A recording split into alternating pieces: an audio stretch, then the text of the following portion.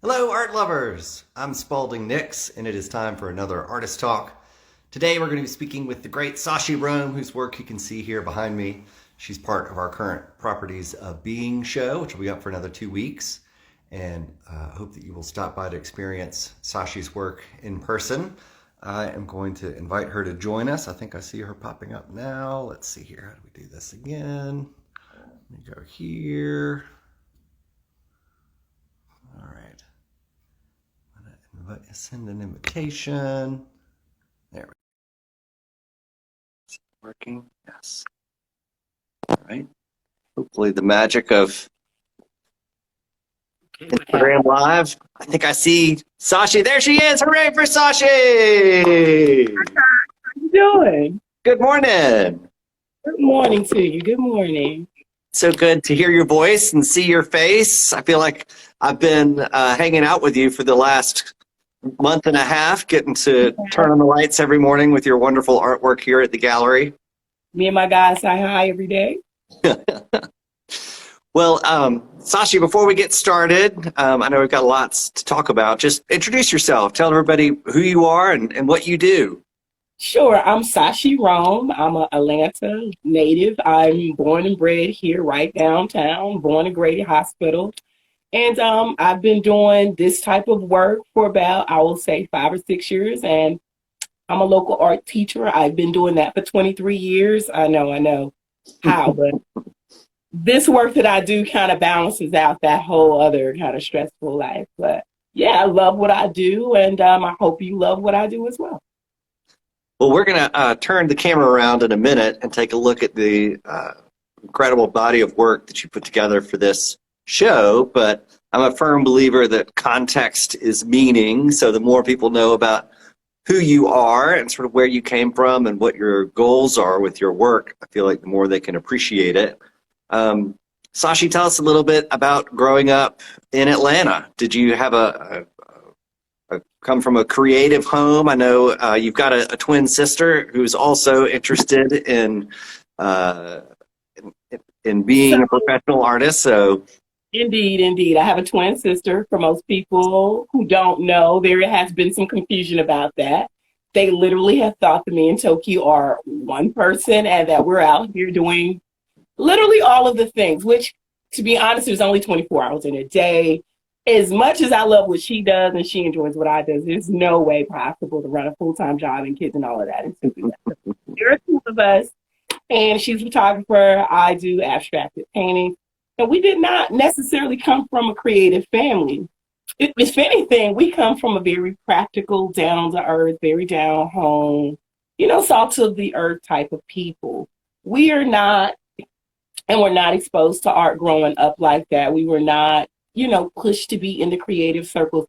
My mom worked at Grady for 30 years, and there are not just a set of twins that you know about, the artsy ones, but I also have a set of twin brothers. So we're Irish twins on top of that, which means we're 13 months apart. It's a whole different conversation. We're not going to get into that. Needless to say, my mom worked a lot, and we were left our own devices. And with that being said, me and Toki kind of gravitated toward a lot of reading. I'm a huge consumer of books. I got into Octavia Butler like really early, looking back, like what is a 9-year-old doing?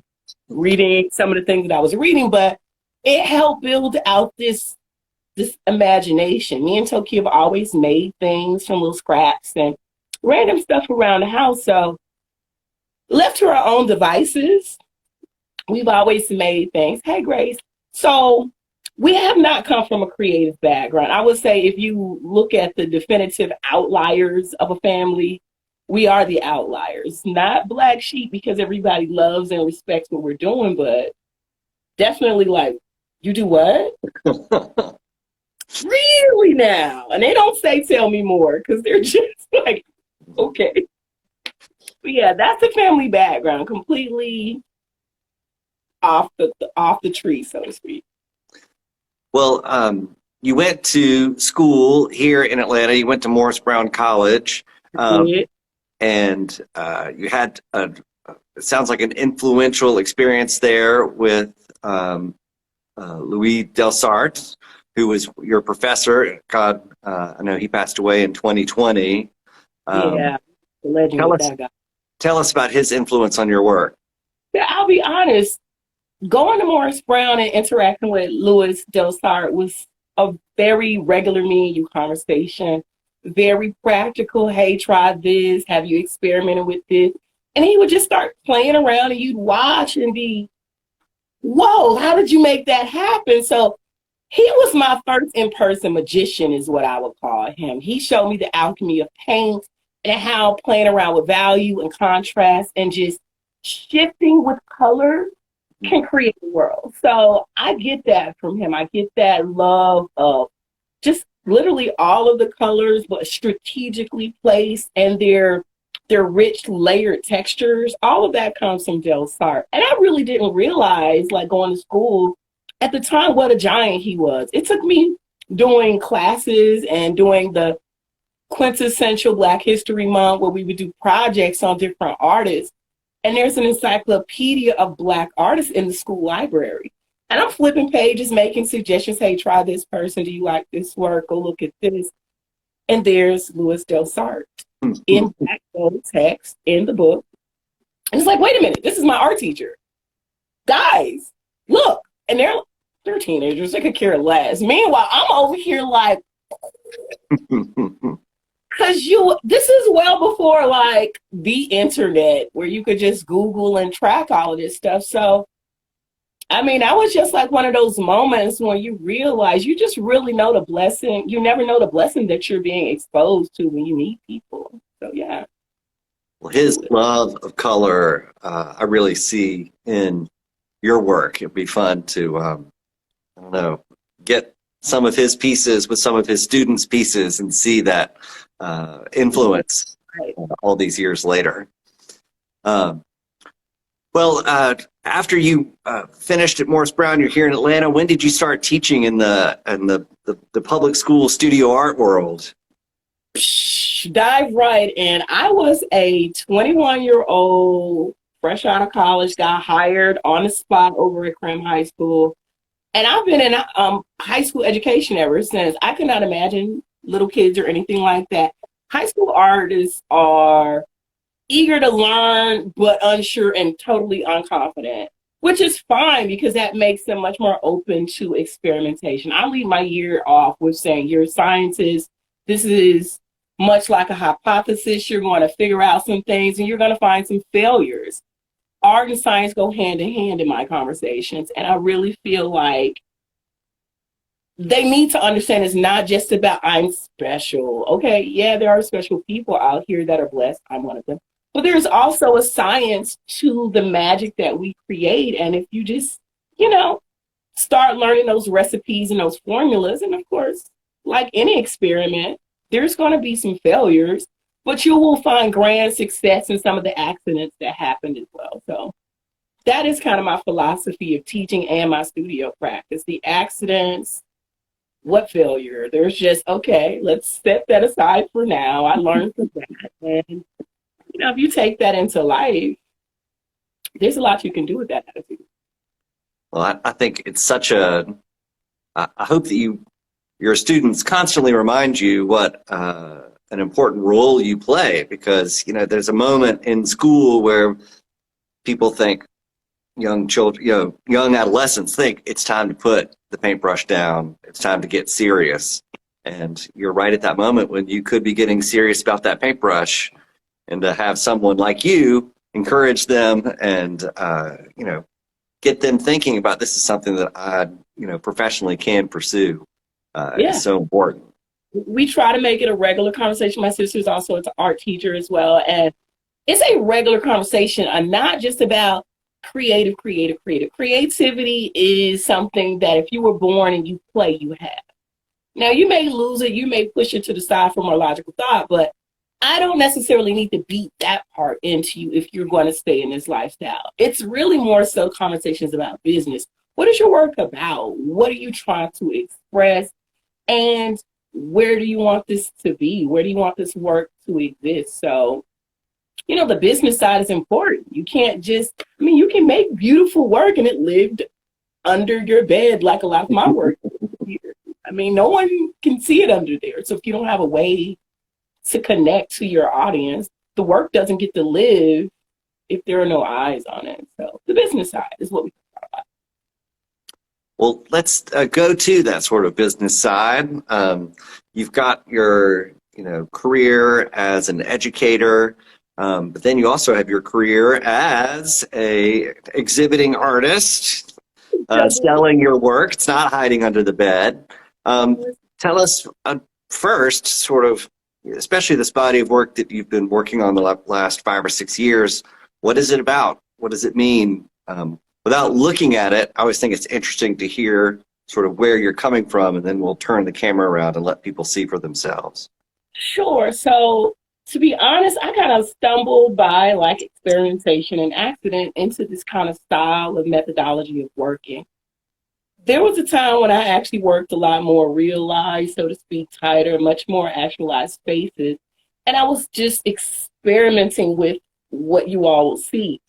And at the time, I had my coach die, who was like my father figure. He's like the dad growing up at Grady High School. He got us through college. There's just a lot of trauma and unfortunate timing with that. And my granddad died at the same time. And I've been teaching for 23 years. And I don't know if anybody knows anything about public education, but if you're good at it, if you're really good at it, the art teacher is your place. Like, even if you're not into the arts, it's a safe space. It's a place where you can talk, you can be yourself. You're the weird kid, you're the band kid, doesn't matter. So I connect to a lot of these kids at their critical milestones in life. And to be honest, I've had quite a few of them die through unfortunate, tragic circumstances, accidents, just a myriad of circumstances. And this was all compressed into a really short time. And I was working through some different ways of how do I deal with these feelings. So I was just kind of throwing paint and pushing these feelings with the paint.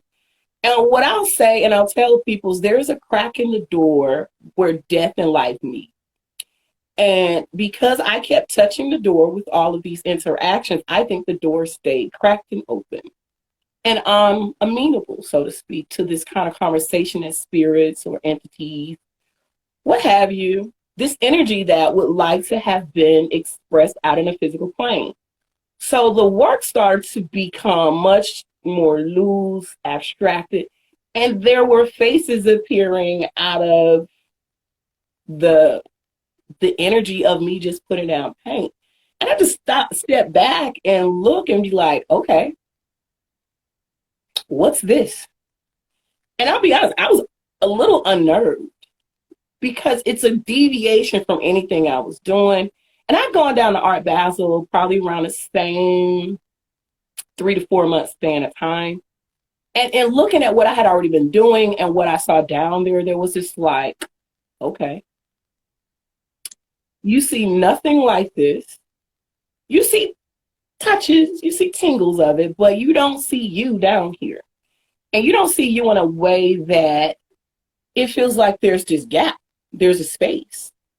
Meanwhile, the work that I was really spending more time on was like, okay, there's that there, there's that there. Okay, there's a semblance of what you do there.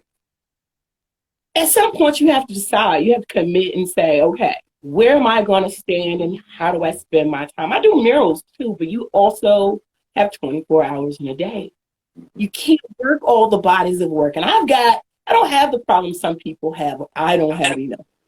My brain is like all over. So you have to commit to something and lean in, and submit is the word that I'll leave in. So coming back from Basel and saying, okay, you don't see what you're doing over here. Let's go ahead and submit to what's coming through. Let's see where this goes. We know where that can go. I mean, and it was funner, to be honest with you. It felt good. I don't know. At the time, it felt really, really, for lack of anything better, a very releasing, ritualistic way of dealing with the day's studio time. Sounds lofty, but really we're just like, you're going to go in here, you're going to follow these steps of practice, you're not going to think about it, you're going to let go. And that's also where the unconventional tools comes in. The spatula, the credit cards, the random things that I would grab from Dollar Tree. Anything that's got a bit of silicone on it, like you know how they make all these things now with silicone tips. Those are my preferred tools. And it was because I felt like I had to figure a way to turn off this logical switch of what I've been doing before. How do I turn off this structured, traditional way of working and connect to this doorway that's cracked and listen more in tunely with what they want me to produce? How do I channel that energy in a fashion that makes sense but doesn't reach back to what I already know? So therein lies these unconventional tools and how I kind of arrived at the way that I work. Yeah. I think because I've been to your studio and I've seen those more, those earlier pieces that are, on the more realism based. And then these pieces, which are such a wonderful next step because there are things that we can identify in these pictures, but they're much more expressive and so painterly. I love a picture like these behind me where if you block out one thing, the whole thing becomes abstract. I mean, it's just very loosely holding on. You get this whole different look depending on where you decide to focus. Are you tight on the view? Are you looking up close? Are you going to step back and get a more broader kind of wide view of the thing? I mean, I like sitting there sometimes and just staring at what I've made and, oh, look at that little swirl of yumminess right there. Oh, So yeah, it's like finding little leftover sweets in your pocket or something. I don't know. It's just, I enjoyed this in a way that I could not and couldn't figure out how to do the other way. So, when you find your purpose, I think it just really helps the workflow. And we talk a lot about connection at the gallery, and I love your idea of sort of submitting to this new connection that you are making with your work. And, I think that's why people walk in this room and they are so profoundly engaged by your work, because you are truly submitting and connecting to what you've done. I'm going to go ahead and turn the camera around so everybody can see what we are talking about, and you can tell us a little bit about each piece. Hold on one second. I'm going to flip there. Let's see. Here we go. All right. So we are here in the Red Velvet Gallery, and I love how your work looks on the red velvet. We can certainly start, I think, right here is a good place, the painting that was just behind me. So Sachi, tell us a little bit about this picture. So we're looking at Dream Freed, I believe. And I'm terrible with names, even my own pieces. So forgive me if I do call out some of these. I know everybody by sight and memory of history. So Dream Freed is one of those pieces where I was really trying to figure out, what are you all trying to invite me to do? What is the message? So the earlier pieces that I was creating, this is a slightly earlier piece, where that doorway was really trying to invite in a conversation. The conversation being about history and memory, and remembering that there is safe space, that there are people who are truly here to support you, that are here strictly for your own love and kindness and support. Dream Free is like this open portal cracking in and letting you know, yes, there's this doorway. If you just come with me, there is an opportunity here. And in that opportunity, there is rest, there is peace, there is no threat, there is no tension, there is no worry here. So I look at Dream Freed as almost like this pivotal conversation where I'm realizing that is my dream. That is what I would hope for the people in my life, for the people surrounding me. And if I just make that dream happen, I can be free. So Dream Freed is really talking about moving forward and away from not just dreaming about that reality, but being able to create that reality. Got a lot of energy. If you'll look, there are all these little streaks And you'll see that swirl that goes around the head is really about the breaking through of a tangible plane. Physical plane versus this metaphysical space that I'm trying to give you guys to rest your eye in. You're not going to see anything in there that's truly recognizable, ideally, because I'm not trying to give you a space that is here. I'm trying to give you a space outside of that that does not give you day-to-day life's pressure. Well, it's so interesting to see. I think this, especially since this is an early piece, how a lot of the energy and even language from this painting informs some of the other pictures. It's, you know, I love talking about each painting, but I do want people to get a sense of sort of how the paintings speak to each other. I think maybe this one would be the next one to show. So here we've, you know, it's got that the same sort of figure here, but surrounded by these blue circles, these swirls that you can see starting here, protecting this figure. And it's interesting that you point that out because I just do the work. I don't even really realize until we start to pull these things into one space how they are really leading you on this journey. There is a world building that is happening, a storytelling of space. And I'm just kind of like the messenger at this point, which I enjoy because I'm kind of watching the show with you guys, if that sounds kind of weird. I don't know. But in looking at that first piece, you see a portal. There's a doorway there. And here we have arrived into that space. We're in the metaphysical in between where there's nothing coming for you. The swirls are literally the energy where you've broken through. When you throw rocks at a pond or a lake or something, those ripply effects are the physical visual of the energy of what you've done, how it just spreads out. And it's in a similar way is what that represents. It's the breaking free of our physical here space and what that looks like when you arrive into this safety and sanctuary. There's little seashell almost impressions there. And this piece is called Dreaming, Not Drowned. And I know life has been very, very high level stress, low level anxiety for a lot of people for anybody would be considered an extended amount of time. So a lot of us have felt like we're drowning in some of the things that are going on in our life. But this piece addresses that idea. We are in here in this space. We're not drowning. We're dreaming. We have vision of future. We are building out and imagining space that doesn't involve all of this stuff that we have to leave in our physical plane. So we're here and we're dreaming, not drowning, resting, and plotting on what we need to do next.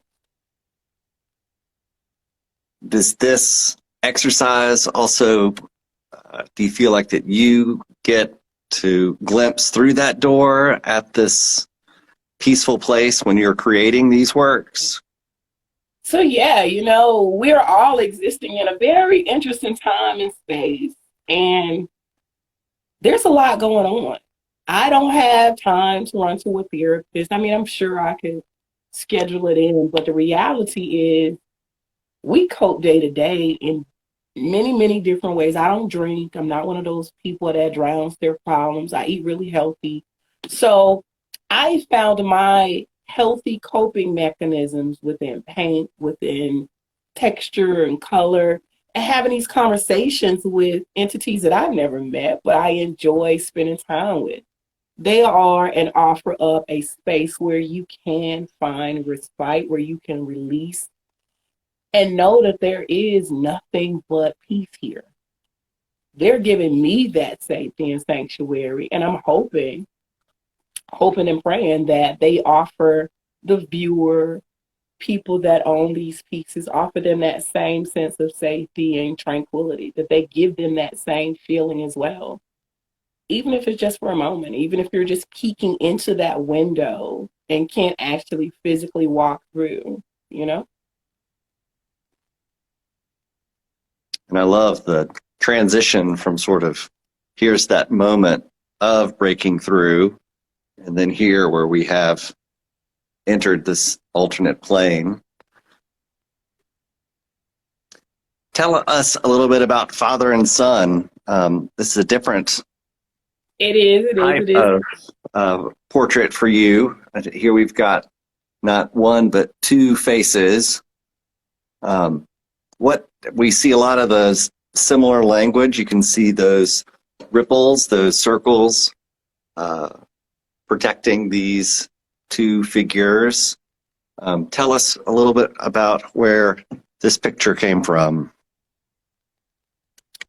They come to me in dreams and in random lines on paint. To be honest with you, all of these are created without there's no real conversation beforehand. So even here, I was quite surprised. One, at the two people that arrived, that doesn't happen very frequently. I've got one or two others that are dual faces, but not something that normally happens in the course of creation. And father son for me represents, and their story, because I feel like they talk to me, their story is one of connection and support. You want a father to have the back of their son. As their son moves forward in life, you want that father to be able to lean back on, to have their back and support of whatever those struggles may be. And it doesn't happen all the time. It doesn't happen enough. In many cultures, not just Black families, there is a gap between father and son a lot of times in that support and moving from transitioning to the adulthood that you have to go through. So in this space that I create, it's guaranteed you got my back. I'm with you always. And not in a pushy, I'm going to control you way, but just in that quiet, I'm here, I got you, as this child turns into a man. I love how you expressed it, that literally the ripples of this protective space. I love the way that's how the supportive father is created. And I think it's fun, even with just this camera, being able to move in and see all these beautiful marks, and I mean, so gorgeous. And, you know, like you said, those wonderful surprises that you get from, you know, painting in a looser, more expressive style, and then you pull back and watch that face, see how it relates to this other face, and, you know, it's a totally different experience. And I also think that the yellow, which is almost, you know, purely abstract, this plane, it seems to me it's something that's in between us and these two figures, but it also looks like a protective barrier. It's like something that's, you know, keeping them safe while they're having this moment, this dual moment as father and son. You want that warmth and that enveloping support, and that's kind of like what I want Black men to feel like they have in their community. So I don't know, the yellow for me always, I think about warmth and support and that ability to just be there. I hate being cold. That's a random commentary, but yellow, oranges, they're all about almost like my manifestation of a hug, of support, of this love that you can literally feel. So, yeah. And in this one, I love the way that the yellow, the warm and the cool of this protective space have sort of come together when we look at what's happening in the world around this figure. Here we can see there's this piece is called In Prayer and Conversation. So to me, this is the most sort of meditative of all the pieces. You know, this figure is very much having a moment for themselves. Whereas some of these, I feel like we're participating a little bit more, but here there's even more quiet, even though the background has so much energy. Tell us a little bit about this piece. So when you think about prayer, when you think about being in a conversation with God, I personally think about it as just this insulating moment where you're just with that spirit. God is a broad word. So whatever you label it as, that is your task. But when you're in prayer and conversation, you are looking for not just answers, because you are, but you're also looking to be centered. You're looking to find that inner quiet peace that sometimes is inescapable, that is just truly so hard to contain or find. We live in a really noisy world. There are so many things that pull at your attention, that elevate your stress, from your job to your children to your spouse to TV in general. I mean, God help us there. I mean, the society that we exist in doesn't leave a lot of room for that stillness. This is one of those pieces where I think I was at a point where, what does it look like to step out of this space and be in prayer, be in conversation, and ask those questions, whether you get answers or not, the ability to just be still and find space to connect and have those conversations. That's what prayer and conversation is about. It's about looking at a space where you can enter into it, break through all the noise, the chaos, and find time to have that conversation, to look for those answers. Look for hope. Look for those opportunities. Where is space to rest? And you find it here in this piece. He is in prayer and conversation, and he is in solitude. He's centered within himself and having a dialogue with God.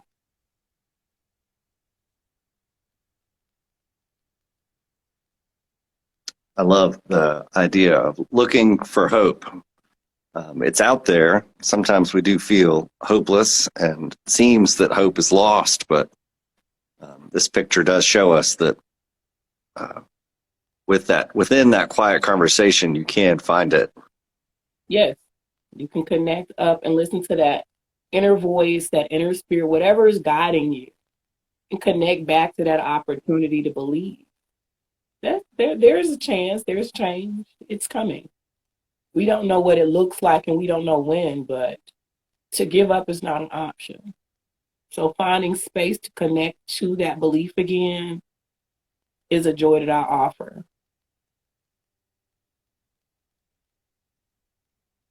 I love that this piece has this meditative quality when you focus on the central figure, but just how expressive and fun and energetic and exciting the mark making is. Lots of energy.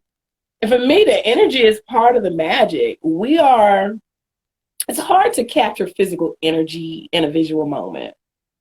We know what action looks like, but how do you capture that and express that? I look at the work and I'm always thinking about how I felt throwing the paint. It's very physical.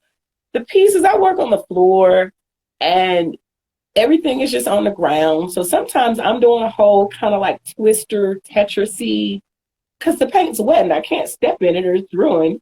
So I'm reaching, I see this area that needs adjustment or needs to merge.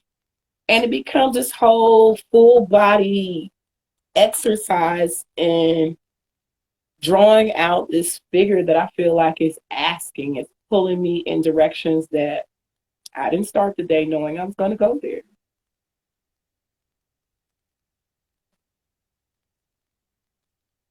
And I think this is such an interesting progression because we go from these pieces where the figure in the background fully realized.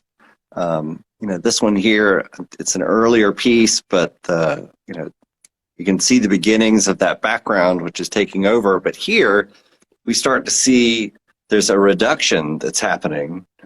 this white is the canvas. So, you know, a lot of times a lot of artists are fighting against the white of the canvas, and they're not finished till that white is gone. But here the white of the canvas is being used as part of the picture, and also shows a lot of self-confidence for you as an artist to be able to say, you know, this is going to be part of my composition. I don't need to go further than that.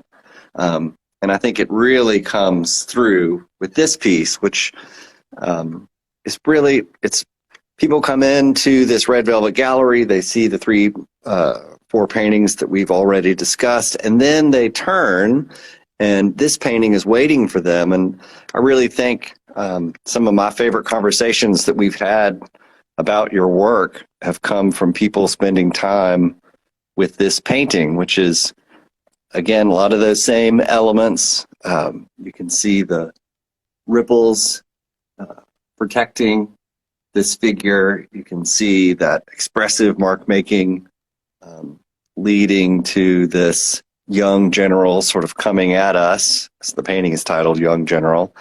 But the confidence that it took for you to say, I can stop now, that you didn't feel that you had to fight against the white of the canvas anymore. I think this is a very powerful painting. Tell us about your experience creating it.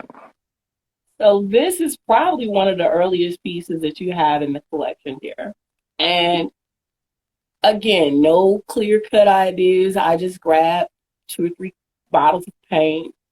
I let gravity, like I said, stand up and the work's on the floor. I let gravity do a lot of the work. Where it lands is serendipity and God. And from there, I have to trust that I'm just here to kind of push things where they're supposed to be. The white for me is a lot of conversation about materialization. I'm a huge sci-fi fan, and I don't know if that's subconscious or not, but the entities are almost loading or materializing, and the white is literally the space that hasn't necessarily needed to be touched. It's the space that has already existed here. Little touches of us all. We're surrounded by energy and atoms. So the white a lot of times is just a space that I already know was here. I just have to pull it out. I have to finish the ghost, the entity, so to speak, out. You'll see that there's diamond dust, and I don't know if we've talked about this, but the diamond dust is little accents. And probably 80% of the pieces I use that we're made of stardust. Like, that's just fact. For me, the diamond dust is like this little sprinkle of magic that I add that reminds myself and the viewer of the magic of our bodies, of our existence, and the things that we're capable of, the sparkle, the gleam in our eye that allows all of the wonderful creative things that Black people are capable of, we as a people are capable of. So Young General looks at you and says, come on, let's go, let's fight. This is one of the first pieces that showed up, and I make these, and a lot of times, like you said, you have to know when to stop. I'll be in a session and I might work for 4 or 5 hours and realize I'm hungry. Let me go, grab something to eat, and I'll go away from it. And I come back sometimes, it's like, ooh, how you doing? I meet them sometimes well after I'm finished with them. I don't see it until I get back to it sometimes. And it's just like, wow, okay. I hear you. I understand what you're trying to tell me. The Young General is a young introduction into welcome to our world. Welcome to what I'm trying to pull you into. And it is a fight of resistance, resisting this space that you choose to be in or have to be in now, and inviting you into the world that I exist in. Inviting you to see things in a completely different way.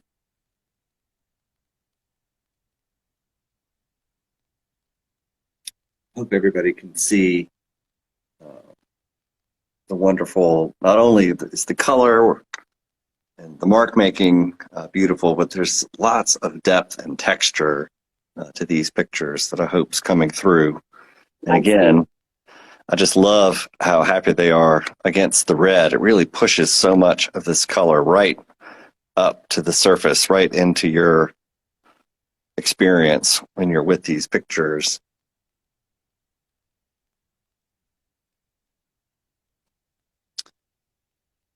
Well, we've taken this fun journey looking at all of these paintings. I think it's such, a lot of what makes a show or an exhibition extra special is that you get to see a body of work. So you're seeing how these paintings speak to each other. Often for here at the gallery, people buy a painting and they take it home and make it a part of their lives. But the conversation between paintings, only happens when we get these opportunities to show these bodies of work. And I really think that being here in the Red Velvet Gallery and being able to move from painting to painting is really powerful. And I hope that we've got a few weeks left of this show, and I really hope people will come by to spend some time with your work, your rituals that you go through to create these pieces, submitting to this practice, connecting to these, these new ideas. I think that is so, your struggle is so real that whoever it comes through the door, they feel it and they experience it. They feel that connection. I'm hoping that they feel a place to rest too, because rest is resistance. We are in a culture of hustle and bustle and go, go, go, go, go. And I hope to offer you, even if it's just your eyes, a place to rest, a place that you can see mentally that this is okay. Be still, enjoy, find solace in this space that doesn't look like anything you exist in right now, and know that it's okay because there's nothing coming to bother you here. Be at peace. And we have had fun with this properties of being idea for this show, because the three properties of being that we focused on, goodness, beauty, and truth, I feel like that all three of those are just so layered into all of these paintings. Those properties of being that we are seeking out, that hope that we are all looking for, and that rest is manifest in your artwork. So, Sachi, thank you so much for spending time with us today. And it has been an utter pleasure. Tell us what's coming up for you. I know you've got lots of irons in the fire. What's coming up with your summer calendar? So the summer is really actually kind of quiet this year. I'm working on a new body of work. I'm expanding the safe spaces. I'm also looking to create an installation with some rocking chairs and some other components. I'm working on how to build that out and finding a space to present it to. And I'm also going to have an artist talk. Me and Toka are having a joint show at Arts Clayton. So we'll have an artist talk out there on July the 23rd. Hope you guys can come on out. That'll be in person. Chat it up, share it out. Arts Clayton. Yeah, Toke, thanks. And I'm just really trying to expand the body of work about safe spaces and playing around with materiality. So, well, we are so excited to see what's next for you, and so thrilled to have your work here in the gallery. Again, this Properties of Being show, which features 4 artists from here in the Southeast, will be up for the next, I think, through at least another 2 weeks. So please stop by, come and experience these paintings in person. My little Instagram camera is certainly not doing Sachi justice, but we look forward to seeing you in the gallery soon. My best compliment is always, wow, they look amazing in person. The camera does not do them justice, guys. Gotta come and see. Yeah, so come and see us. There's lots to see, and it is fun to see the relationships between these artists, how they bring out the best in each other. But Sachi, we look forward to seeing you soon and hope you have a wonderful, I can't believe it's upon us really, Independence Day weekend. Already? No. All right, Summer's well, moving too fast, Spalding. It's moving too fast. it always does. That's why we need these moments of hope and rest. Yes, sir. Yes, sir. All right, art lovers. Well, we will have our last Instagram Live Artist Talk next Tuesday with Zoe Penn's work, the photographer you can see here at the end of the hallway. This is really his sort of SCAD master's thesis show. So we've got 4 or 5 different bodies of work from Penn that we'll be talking about. But here you can see Laura Dargan as well as Susan Habel's work. But I hope that that you will come to see us here in the gallery soon. All right, Sachi, thank you so much. Have a wonderful day. Bye, guys. Hope you have a great day. Bye-bye.